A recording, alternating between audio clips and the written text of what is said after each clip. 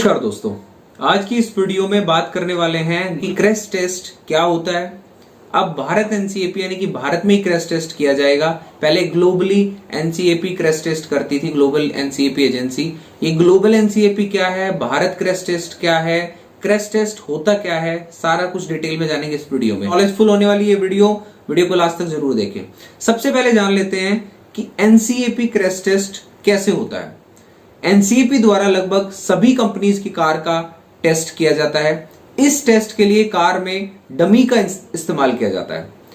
एक कार में 4 से 5 डमी यूज की जा सकती हैं और इस डमी को इंसान की तरह ही तैयार किया जाता है और फिर गाड़ी को एक फिक्स स्पीड से किसी भी हार्ड ऑब्जेक्ट्स के साथ टकराया जाता है, यानी कि कोलिजन किया जाता है।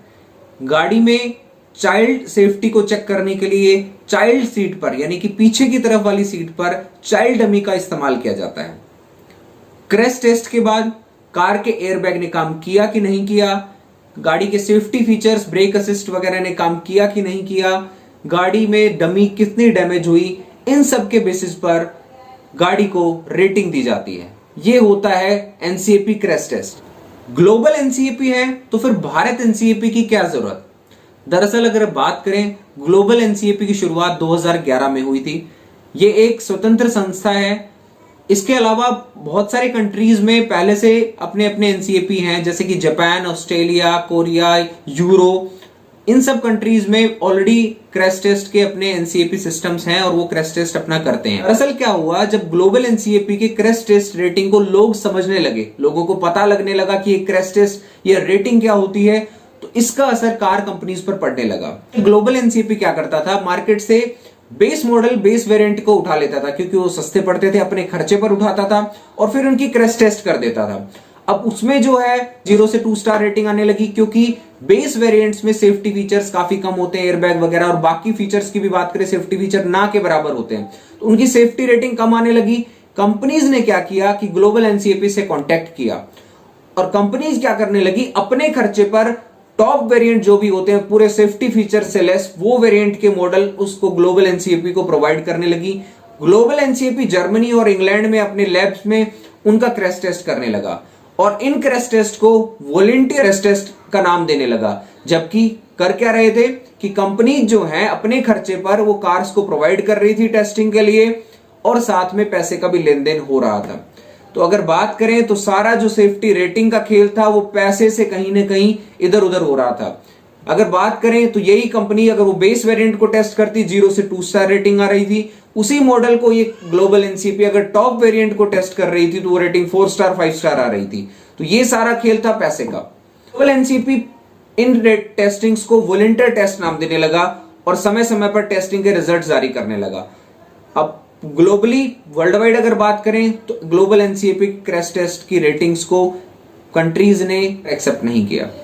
तो अब जाकर जरूरत पड़ी एक बिल्कुल निष्पक्ष संस्था जो कि क्रैश टेस्ट की रेटिंग दे, जिसके ऊपर कस्टमर अपना विश्वास कर सके कि हाँ ये सेफ्टी रेटिंग जेन्युइन दी गई है और किसी तरह के किसी के बेस मॉडल, किसी के टॉप वेरिएंट को टेस्ट ना करे, एक जैसे वेरिएंट्स को टेस्ट करे, चाहे वो बेस को करना है या टॉप को करना है। उस बेसिस पे अगर सेफ्टी रेटिंग्स आएंगी तो ज्यादा अच्छा होगा। कहीं ना कहीं इन सबको देखते हुए माननीय परिवहन मंत्री नितिन गडकरी जी ने घोषणा की है 1 अप्रैल 2023 से भारत एनसीएपी शुरुआत कर दी है। अब आप समझ गए होंगे ग्लोबल एनसीएपी क्या है और हमें भारत एनसीएपी की जरूरत क्यों पड़ी। तो अब भारत एनसीएपी कैसे काम करेगा ये जान लेते हैं। इसको अडल्ट, चाइल्ड सेफ्टी और सेफ्टी असिस्ट टेक्नोलॉजी के लिए टेस्ट किया जाएगा।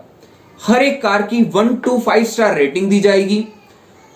जो भी टेस्टिंग प्रक्रिया रहेगी वो ग्लोबल, वो वाला ग्लोबल एनसीएपी नहीं, global world wide crash testing standards के हिसाब से अलाइन रहेगी। इंडिया का अब अपना कार सेफ्टी टेस्टिंग सिस्टम होगा, Bharat new car assessment programme यानी कि भारत एनसीएपी। गवर्नमेंट ने अनाउंस किया है कि सेंट्रल मोटर व्हीकल रूल 1989 यानी कि सीएमवीआर को अमेंडमेंट किया जाएगा, चेंज किया जाएगा एनसीएपी को इंक्लूड करने के लिए। टेस्टिंग प्रोटोकॉल्स जो कि ऑटोमोटिव इंडस्ट्री स्टैंडर्ड्स AIS 197 के अंडर आते हैं वो 1 अप्रैल 2023 से लागू होंगे। कैसे Bharat NCAP car safety rating काम करेगा? बीएनसीएपी में सिर्फ M1 व्हीकल्स की टेस्टिंग की जाएगी। M1 vehicles, passenger vehicles, MPVs, SUVs. MPVs यानी कि multipurpose vehicles, sports utility vehicles की टेस्टिंग होगी। अब यहां आपको जानना जरूरी है कि M1 कैटेगरी ही क्यों। मैं आपको शॉर्ट में बता दूं, 3 कैटेगरीज होती हैं, L, M and N। L और M और N, इनके बारे में हल्का सा जान लेते हैं। एल कैटेगरी में वो व्हीकल्स आते हैं जिनका वजन 350 केजी या 550 केजी से कम होता है। एम कैटेगरी में 550 से 3 टन 5 टन और हैवी व्हीकल्स आते हैं एन कैटेगरी के। अब इसमें M1 ही किया जाएगा, और भी बहुत सारी M1 M2 भी होती हैं, तो सिर्फ M1 की टेस्टिंग की जाएगी। ये सारे व्हीकल्स एम कैटेगरी के हैं, लेकिन 9 पैसेंजर्स अलाउड है मैक्सिमम, उस व्हीकल की टेस्टिंग की जाएगी क्रैश टेस्ट के लिए। तो 5 स्टार रेटिंग दी जाएगी, इन 3 बेसिस पर रहेगी। एओपी यानी कि अडल्ट ऑक्यूपेंट प्रोटेक्शन, इसमें जो रिजल्ट आते हैं वो फ्रंट और साइड के इंपैक्ट के टेस्ट के बाद आएंगे। सीओपी यानी कि चाइल्ड ऑक्यूपेंट प्रोटेक्शन, एक क्रैश टेस्ट इवैल्यूएट मूल्यांकन करता है चाइल्ड सेफ्टी का, जो कि डमी पीछे की तरफ रियर सीट पे बांधी जाती है, उस पर कितना इंपैक्ट आया उस बेसिस पर चाइल्ड सेफ्टी का मूल्यांकन करता है। तीसरा आता है एसएटी यानी कि सेफ्टी असिस्ट टेक्नोलॉजी। इस कैटेगरी के अंडर कार्स की रेटिंग की जाती है ऑन द बेसिस ऑफ गाड़ी के safety features, ESC electronic safety control systems, side impact protection, seat belt assist वगैरह वगैरह, जितने भी सेफ्टी फीचर्स दिए जाते हैं उनके बेसिस पे गाड़ी की रेटिंग दी जाती है। अब कौन कौन सा टेस्ट होगा भारत एनसीएपी के अंतर्गत, थोड़ा सा जान लेते हैं। भारत एनसीएपी टेस्टिंग का प्रोटोकॉल लगभग ग्लोबल एनसीएपी के हिसाब से होगा। सॉफ्टवेयर भी ग्लोबल एनसीएपी का ही लिया जाएगा। इसमें टेस्ट जो किए जाएंगे मेनली उसमें रहेगा offset deformable barrier front impact test, यानी कि गाड़ी को 64 किलोमीटर पर आवर की स्पीड से एक फिक्स ऑब्जेक्ट के साथ टकराया जाएगा, उस कॉलिजन के बाद में इवैल्यूएट किया जाएगा किस तरह का इंपैक्ट आया, उस बेसिस पर रेटिंग दी जाएगी। साथ में किया जाएगा side impact test. Side impact test में गाड़ी को साइड से मूविंग व्हीकल को एक ऑब्जेक्ट से टकराया जाएगा, उस बेसिस पर कैलकुलेट किया जाएगा। इसके बाद आएगा पोल इंपैक्ट टेस्ट। कार को स्ट्रक्चर को टेस्ट किया जाएगा, यानी कि गाड़ी के फ्रेम को साइड से पोल से टकराया जाएगा, उस बेसिस पर इसको इंपैक्ट को टेस्ट किया जाएगा। इसके बाद आता है पेडेस्ट्रियल सेफ्टी। इसमें लेग और हेड को इंपैक्ट को टेस्ट किया जाएगा, देखा जाएगा कि कार का फ्रंट सॉफ्ट इतना सॉफ्ट है कि नहीं कि किसी पैसेंजर को कट इंजरी या इंजरी डैमेज तो नहीं आ जाएगा अगर लो स्पीड पे इंपैक्ट होता है। तो इन सब बेसिस पर गाड़ी की सेफ्टी रेटिंग दी जाएगी। मुझे लगता है कि गाड़ी का क्रैश टेस्ट क्या होता है, ग्लोबल एनसीएपी क्या है और भारत एनसीएपी क्या है, इन सब के बारे में आप अच्छे से जान गए होंगे।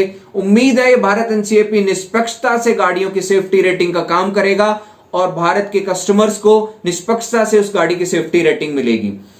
अगर ये वीडियो आपके लिए नॉलेजफुल रही हो, अच्छी लगी हो तो शेयर कर दे और भी लोगों तक जानकारी पहुंच जाए। वीडियो अच्छी लगे तो चैनल को सब्सक्राइब कर मुझे सपोर्ट करें। वीडियो देखने के लिए बहुत बहुत धन्यवाद, शुक्रिया, थैंक यू वेरी मच।